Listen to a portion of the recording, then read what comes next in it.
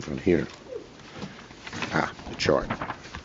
Okay, excuse me. Good afternoon, everybody, and I want to thank Senators Kaine and Welch and also Brooks for joining us here today as we fight against Trump's trade war, as you see right here. This map has how much each state would pay for this absurd, crazy, chaotic trade war. But the worst thing about it is that it so hurts American families. It is estimated that the average American family will pay more than $5,000 out of their pocket to pay for these tariffs. That these tariffs will cost them $5,000 as the prices of everything goes up, whether it's groceries or cars or wood or you name it, across the board. Why would Trump do this? Why would Trump do this? One reason. He wants to take the money that he gains from tariffs to give tax cuts to billionaires. And when told that American families would pay a whole lot more out of their pockets, you know what he said? I don't care.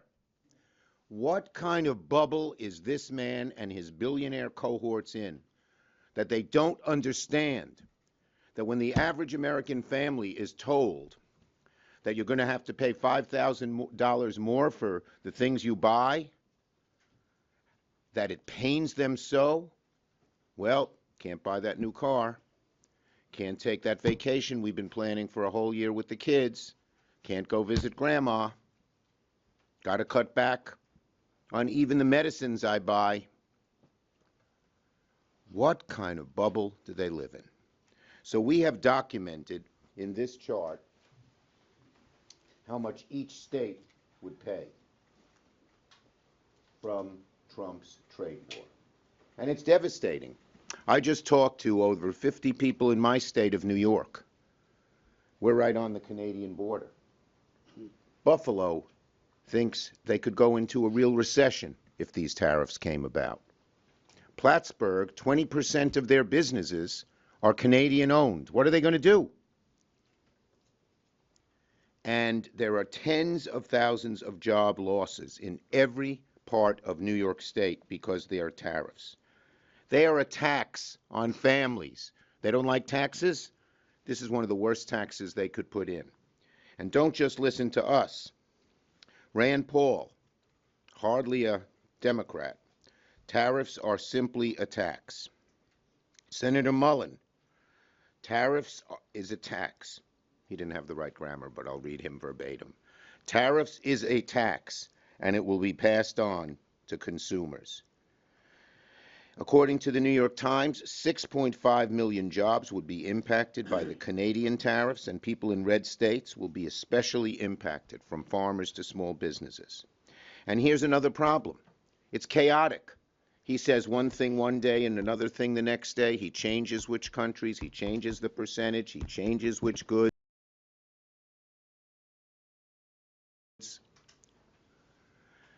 And what do businesses hate? Uncertainty. Whether you're a small business, a medium-sized business, a large business, you want certainty. There's no certainty. That's why the stock market has gone down so much. Consumers, why is their confidence at lower levels than it's been in a very long time? In part, in good part, because of these tariffs. They say if I'm going to have to pay more for eggs or for bread or for gas or for a car, I better not spend now. So it's creating huge problems in the whole economy. So soon, the Senate will vote on a resolution from Senator Kaine to undo Trump's tariffs on Canadian goods. And we hope that some of our Republican colleagues will join us in that. They don't like the tariffs either. They know they're a tax hike on the American people.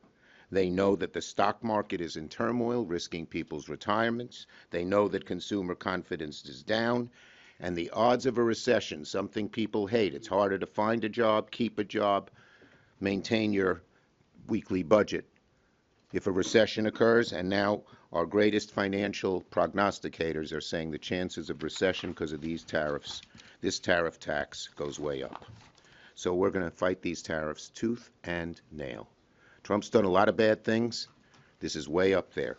Ask American people. And one final thing. Look at what happened in Wisconsin yesterday. The American people understand that Trump is not on their side on tariffs, on tax cuts for billionaires, on cutting Medicaid, on cutting the others. The American people are seeing how bad Trump is. Tariffs is a good part of it, and they are not supporting people like Elon Musk and those who support Donald Trump. Tim. Thank you to Leader Schumer for being a great partner in this effort. And here we are. It's an unusual procedure. There are not many things where even one senator can file a motion that will be guaranteed a floor vote. But the crafters of this legislation, the International Emergencies Act, believed that while a president might need to declare an emergency, that should not go unchallenged if members of Congress felt like, hold on a second, let's get this right.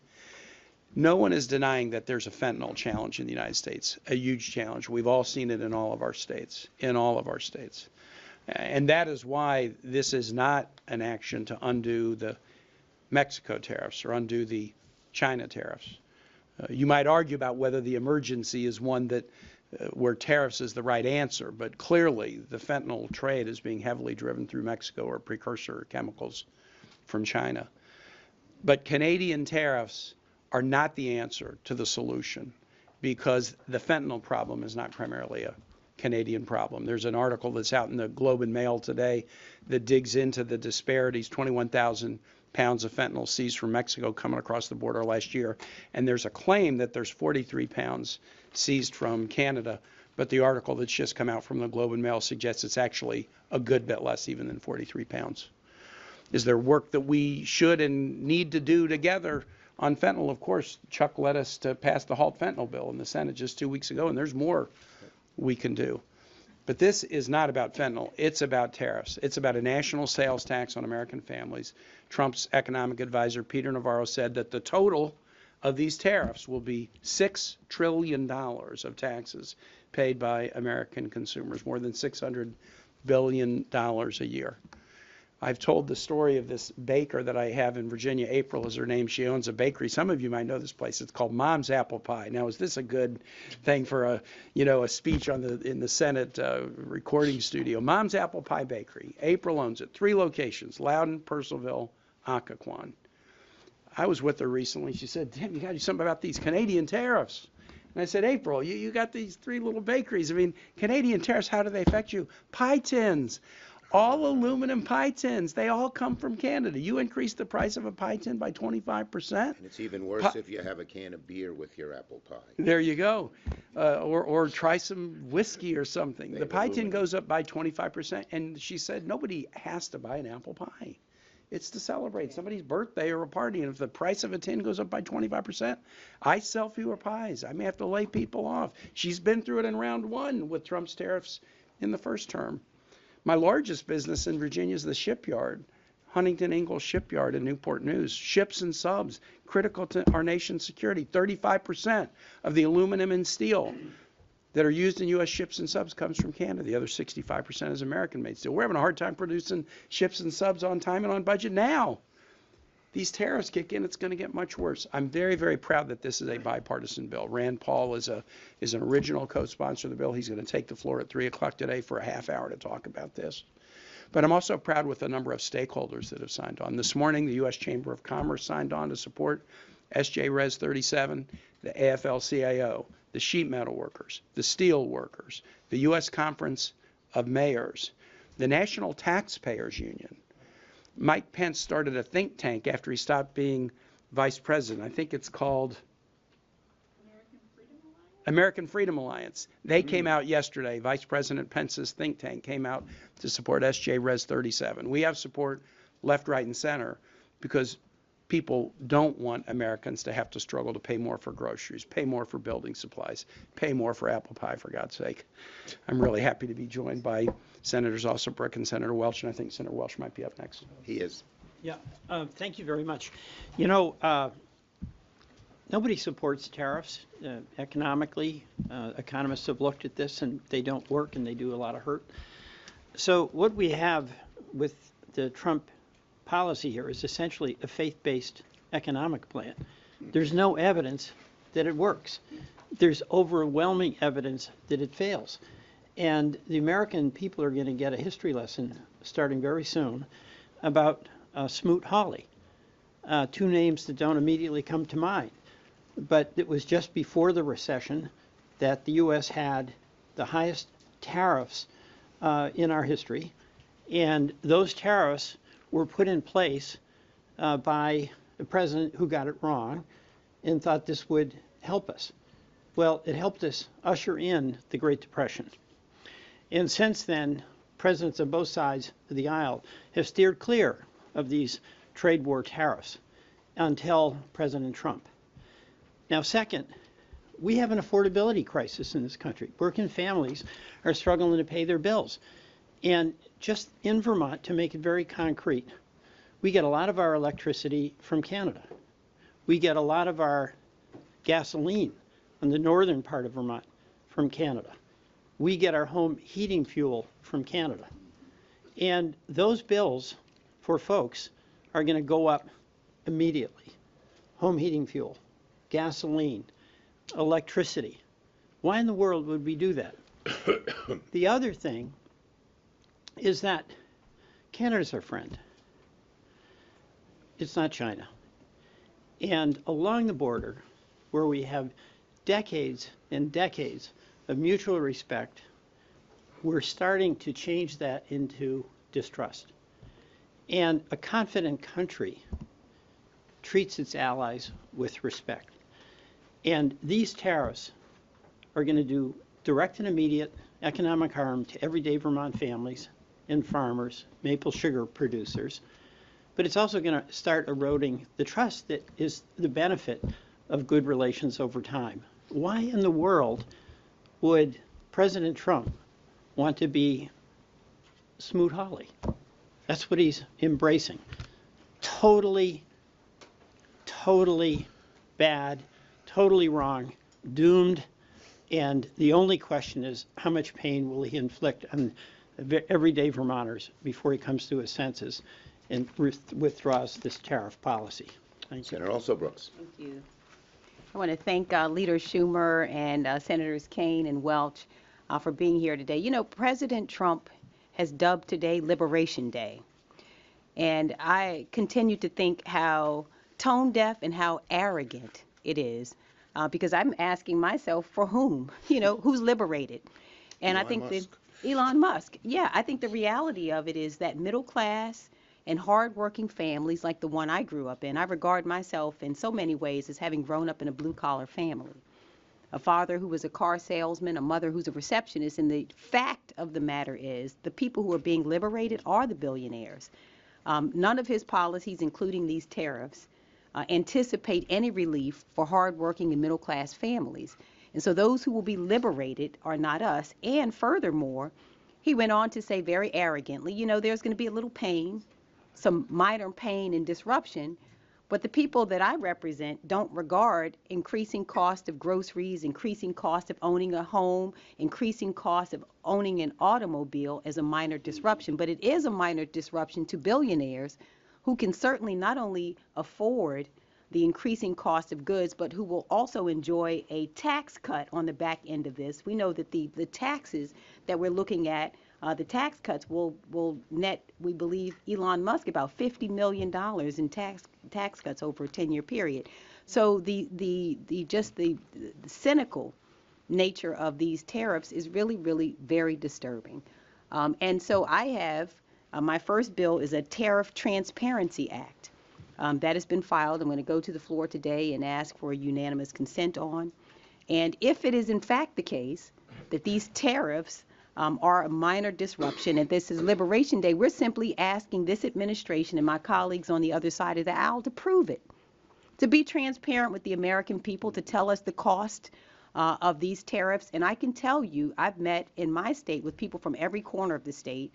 Just a couple of weeks ago, had the opportunity to sit down with farmers, Some were poultry farmers. I met with business owners, and many of them feel betrayed by this administration.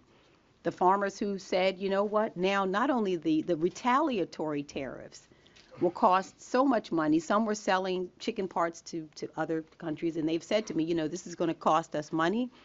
And they did not anticipate that they would see actions that harm them as well. And so I want them to prove to us, who does it benefit? That's a question that I think is a fair question, is when he says a little pain, who does he mean? Who should sustain the pain? And I would say it absolutely should not be the middle class and hardworking families of this country who pay for the tax cuts for his billionaire friends and who suffer beneath these tariffs. And so we say, again, if it's a minor disruption, and this is Liberation Day, we just simply want to know who should be liberated. And I think that the Transparency Act will show us that. We'll take questions on this subject. This subject. Yes. Quick question. About 3 weeks ago, you said that as Trump becomes more unpopular, that Republicans will wake up and they will start to break from him. Do you think the fact that Republicans are joining Senator Kane's resolution on this shows that Republicans are waking Well, up to look, the unpopular? the number one factor in terms of Trump's unpopularity is the American people. And he is becoming less and less popular, particularly on issues like this, on the economy. His numbers are underwater rather significantly, depending on which poll you do. And once the American people say, I don't want to embrace somebody, I don't want to vote for somebody, I don't want to support somebody who embraces Trump's policies, things begin to change. But public sentiment is everything, and we are letting the public know in every way we can, fighting every day on how bad the Trump policies are for them. Yes, in the back. Senator Schumer, there are a lot of dairy producers in New York and Vermont, and as you know, dairy producers have faced import restrictions in Canada. Is it fair for Trump to use some leverage here to get Canada to reduce its trade barriers on dairy? Look, are there certain tariffs that make some sense in a specific area where we're being treated unfairly? Yes.